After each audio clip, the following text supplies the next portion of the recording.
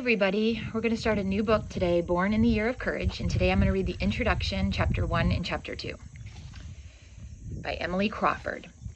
Present-day Japan is known for its democratic system and trade relations with countries throughout the world. It was a very different land when Minjiro, a commoner born in 1827, lived there in his youth.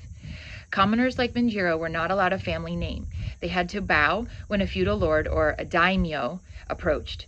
The lord had complete power over his people, who were essentially slaves. It was known that if the bow was not made quickly enough and the daimyo was in a dark mood, he might tell one of his knights, the samurai who attended him, to cut off the offender's head. This was part of a military civil system that began in the 12th century when the emperor's general or shogun won control of all Japan's islands. The emperor, as the descendant of the sun god and goddess who created the islands, was still considered the divine ruler. But the 12th century forward, his chief duty was to confer titles. As the years passed, some shoguns were assassinated. Others were incompetent. Without central rule, lords fought over lords for land and power. Soon, Japan had hundreds of rulers in constant war. Corruption, thievery, and murder were everywhere. The centuries of turmoil affected the mental and emotional balance of the people, who believed in order, and that the welfare of the group was more important than that of the individual. Shogun Hideyoshi, who came into power in 1582, established the order the people craved when he restored national unity. Hideyoshi grouped the people into 4 classes: samurai, farmer, artisan, and merchant. The samurai, from the shogun down to the lowest-ranking warriors, were the ruling class. The other 3 classes, the commoners, were heavily taxed to support the samurai, but had no voice even in the lowest level of government. There was also a 5th group, Etta, E-T-T-A, the untouchables, who handled corpses and animal carcasses. Etta were not considered a class. They were treated as if they were invisible. Hideyoshi believed trade would benefit Japan. He traded with Europe, Siam, China, Korea, and other countries. He allowed Portuguese and then Spanish missionaries to come to his country because he thought that would influence Spain and Portugal to trade more with Japan. But in 1592, Hideyoshi decided to first take over Korea and then to conquer China, which of course halted trade with those countries. He also turned against the missionaries. They were inclined to be arrogant, and he realized that they were not going to help bring about trade. They only wanted to convert people to Christianity. The war finally ended in 1598 when Hideyoshi died. He left no suitable heir, and a few years later, a man named Ieyasu, so Ieyasu, seized power and founded the Tokugawa shogunate. Ieyasu distrusted the missionaries even more than Hideyoshi had. He became convinced that their Christianizing was part of a plan to conquer Japan. Spain and Portugal, he thought, were vanguards of the Western imperialists, the barbarians, the feet that trampled. Vanguards are like, I have to look up what the word vanguard means. I'm going to put it in your notes because I can't remember. I feel like it's somebody who watches out for other people, but I can't remember what that word means. So I'm going to look up vanguards. The Japanese scholar's map of the world was like a chart of the human body, with Japan at the top, the head. Europe and America were the legs and feet on their map. By the time Ieyasu died in 1616, suspicion of the missionaries' intent had grown strong. They were branded Southern barbarians and ordered to leave. The Spanish in the Exclusion Edict of 1624, the Portuguese in 1638. So missionaries had to leave in 1624 and 1638. Many did not leave and were executed. Japanese Christians were persecuted, and when they rebelled, almost 40,000 were massacred. The 1638 edict also stated that any Japanese who left the country could return only under penalty of death. The only foreigners allowed to stay in Japan were the Dutch, who had come in the early 1600s and never tried to convert anyone. As representatives of the Dutch East India Company, they were a trading company, their only interest was in trade. They served as Japan's eyes to the west, but they were restricted to the tiny island of Deshima, and only 1 Dutch ship could come each year.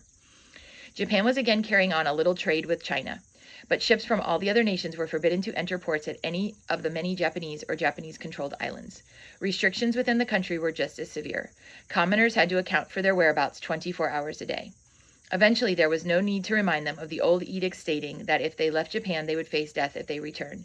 Manjiro, a fisherman's son who lived in the village of Nakanohama on the island of Shikoku, did not know the law existed. Okay, so there was a law that if they left Japan, they would be killed if they returned, and Minjiro did not know that rule. Okay, so chapter 1 is called The Storm.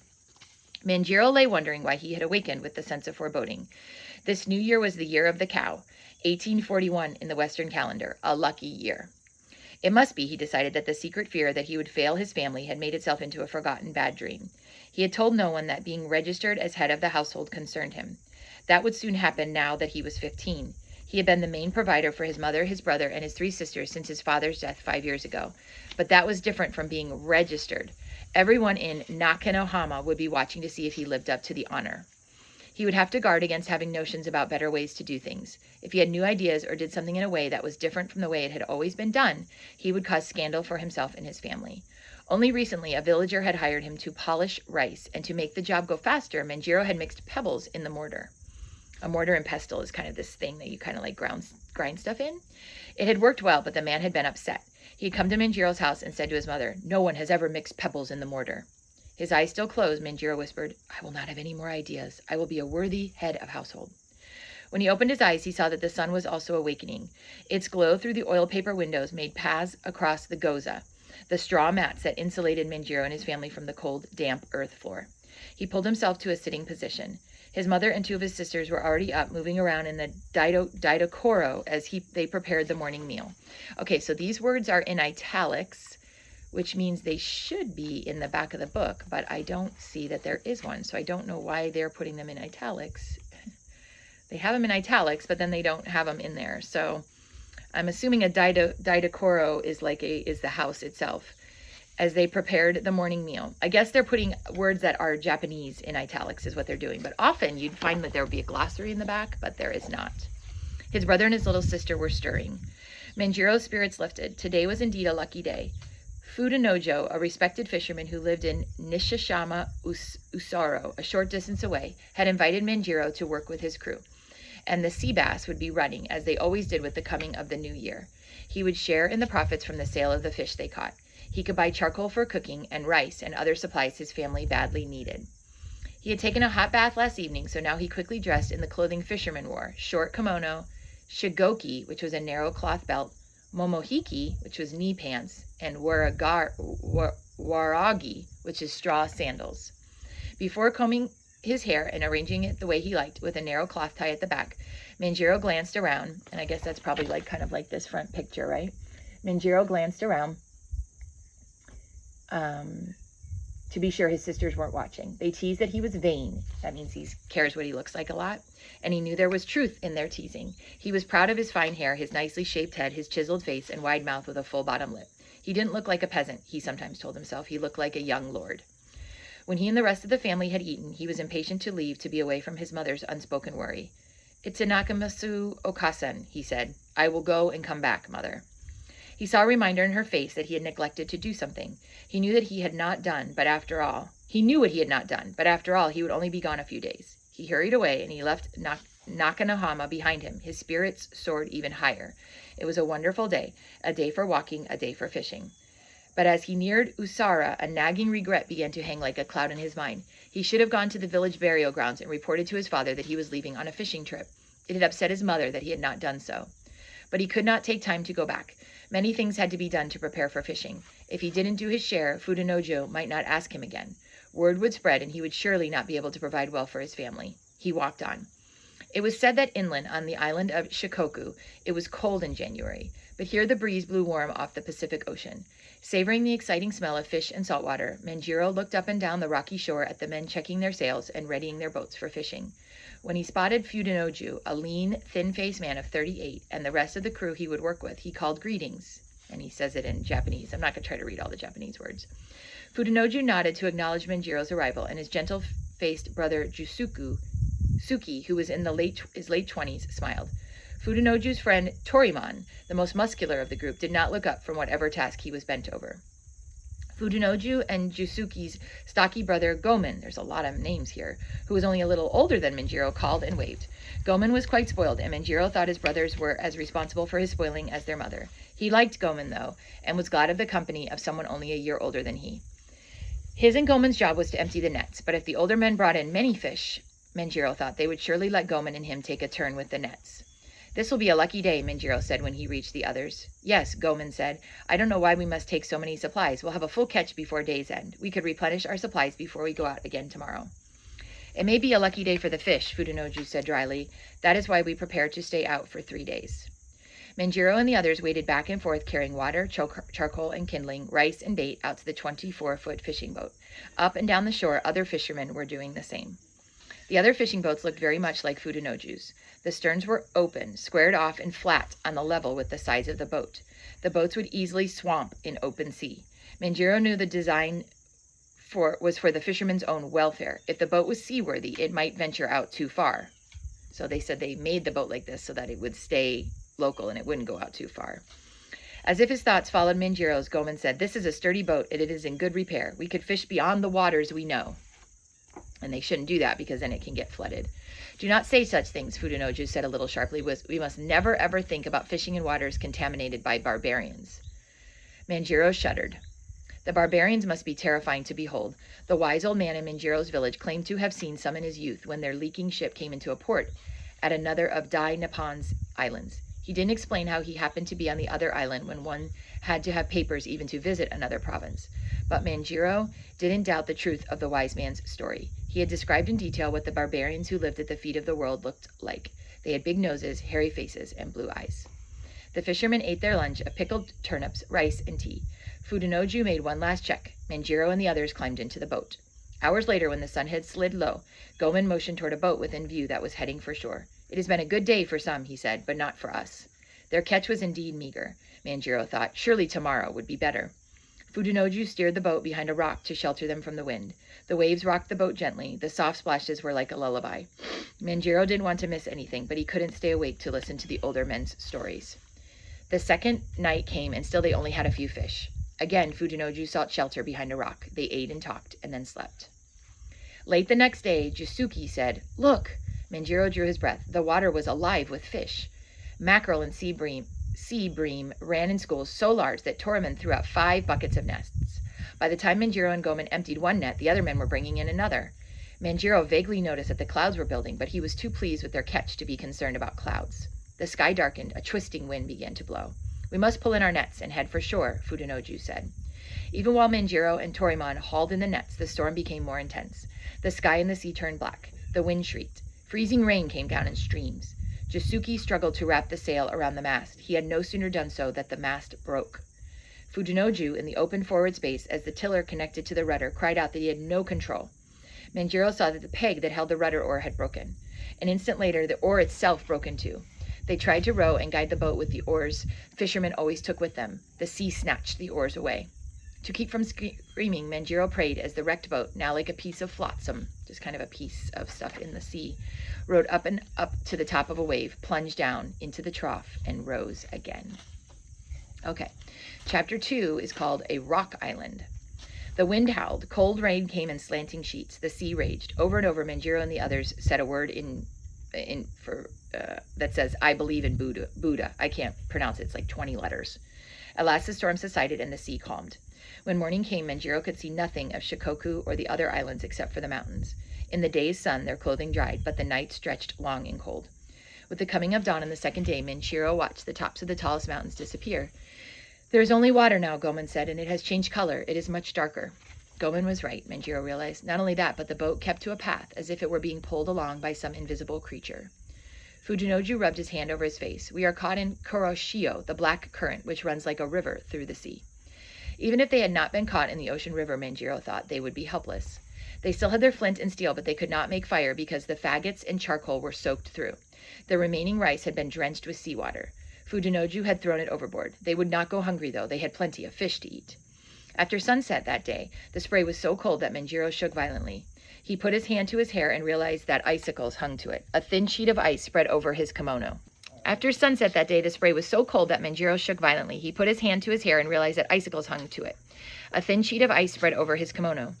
The boat moved steadily forward, and the view was always the same. Waves broad at the bottom, curling over at the top in a sea that seemed to touch the sky on every side of them. If not for the marks Fudenoju made with a knife on the broken mast, Manjiro thought dully he would not know that 5 days had passed since the storm. It had selected once, and then they had caught the sleet. It had sleeted once, and they caught the sleet in their buckets. Another time it had rained, but not for very long. Although they had drunk seldom and sparingly, the water they caught was soon gone. Manjiro thought it had been 2 days ago when they put the last drops on their tongues. They still had 2 nets and had brought in fresh fish. Fudenoju said that even a fish that lived in salt water had a little fresh water in its flesh. He must stop thinking about water. Doing so increased his thirst. Birds, Gomen murmured. Manjiro lifted his head. Gomen was right. Ahead of them, birds wheeled. Albatross. Circling and settling albatross meant land. Through the night, he dozed and jerked awake and dozed again. Each time he awakened, he said in his mind, "Rise, O sun, bring light. Show us the land where the birds roost." What if they passed the land during the night? What if they saw it with the coming of morning, but the current did not take them to it? At last dawn came. They were headed directly towards a small island. Rock! The island was not land. It was made of rock. At one end, the rocks reached high like craggy hills. After a low point in the middle of the island, the rocks rose again, but not nearly so high as they did at the other end. The swift current was taking them directly toward the island. When the boat hit those rocks, it would splinter. Even as Fudenoju said, "We must leave the boat," Manjiro jumped into the sea. When it closed over his head, he thought for a moment that the very cold would crush him. But he quickly surfaced and saw that Toramen and Gomen were also swimming. Where was Fudenoju and Jisuke? They must still be in the boat, but where was it? There it was, upside down. Fudenoju and Jisuke must be trapped underneath it. And the next instant, the boat seemed to explode. Fudenoju and Jisuke were free, and they were swimming. So I guess they kind of broke free. Manjiro reached the island, climbed upward to dry rock, and lay on his stomach, gasping for breath. When he could sit up, he saw Fudenoju and Jisuke walking toward him and the others. Fudenoju sank down beside Toramen. The boat hit an underwater rock, he said. All of them had bruises, and Jisuke and Fudenoju were bleeding from scrapes, but only Jisuke seemed to be really hurt. He was pale and in obvious pain. "My foot is injured," Jisuke said. Fudenoju examined his brother's foot. "It is badly bruised," he said. "A small bone may be broken." Manjiro stood up, but when he took a step, the motion of the sea was still so strong in him that he fell. He's kind of seasick. He got to his feet, leaned against a rock for a moment, or doesn't have his sea legs, right? Then set out again. He still staggered, but this time he did not fall. Water. He had to find water for them. In a hollow of rock, like a shallow bowl, he found fresh rainwater. "Mizu," he called through his parched lips. It took all his will, but he waited until the others joined him, and they bowed their heads and put their hands together in a prayer of thanksgiving. Then one by one, Jisuke first because he was hurt, they scooped water up in trembling hands and drank. Manjiro lay down on the warm stone then and felt himself slipping into the sea. The same thing he realized vaguely was happening to the others. When he awoke, the sun and the strong breeze had dried his clothes. Looking around, he felt hopeful.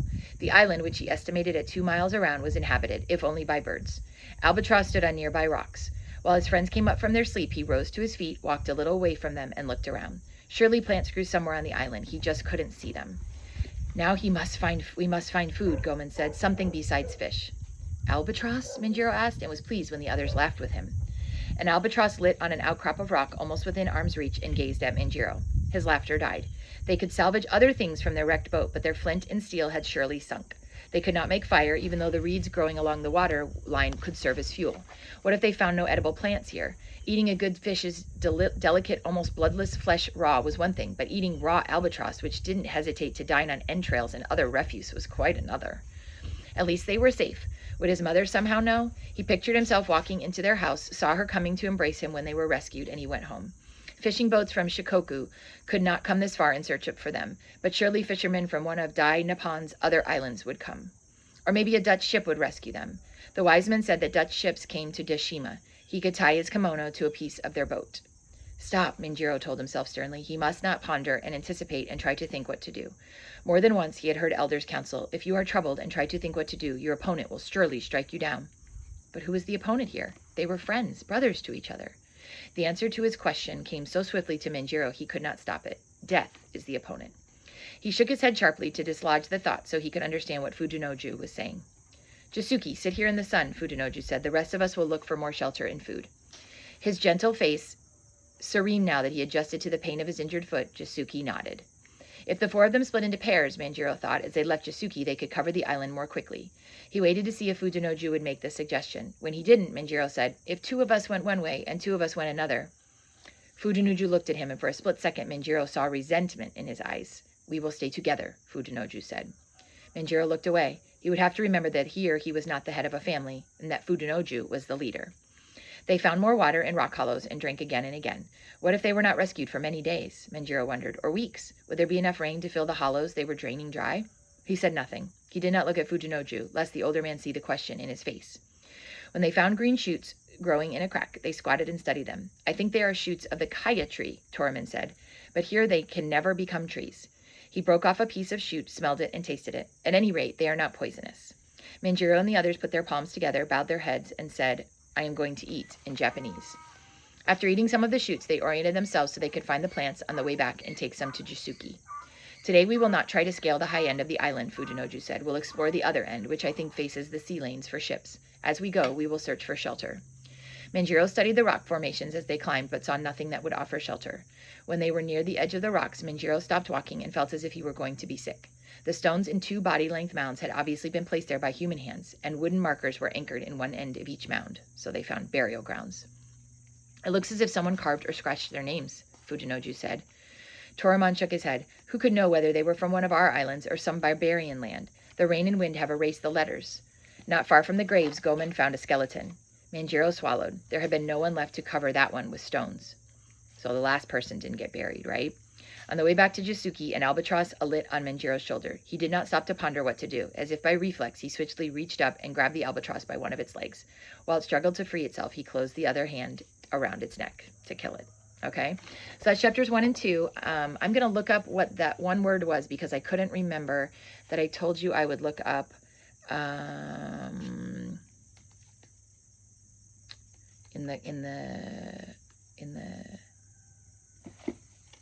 the introduction, I can't remember what the word was now. I will remember it, and I will put it in there.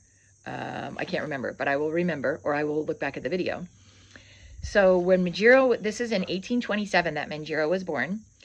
And remember, commoners had no family name. They lived as slaves to the feudal lord with every hour of every day accounted for. All Japanese belonged to one of 4 classes: samurai, farmer, artisan, merchant, and the untouchables, but they did not count. No Christians were allowed, and only a few Dutch traders who lived on a separate island could have only 1 ship a year arrive. A Japanese who left and came back would face the death penalty. Okay. Manjiro has some new ideas, right? And he's trying to ignore them, but he gets some new ideas in his head. Fishermen's boats are not seaworthy. They don't make them super, super great because they don't want them to travel far out to sea. They want them to stay close by. And raw fish is good to eat, right? But we don't really want to eat albatross. And I don't know why they have California. They have 2 items for your map.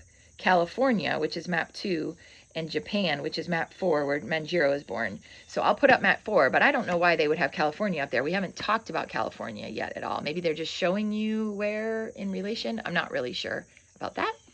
But that is the first section there. And because I'm out of town, there won't be any quiz parts for this. You just have to turn it in that you read it.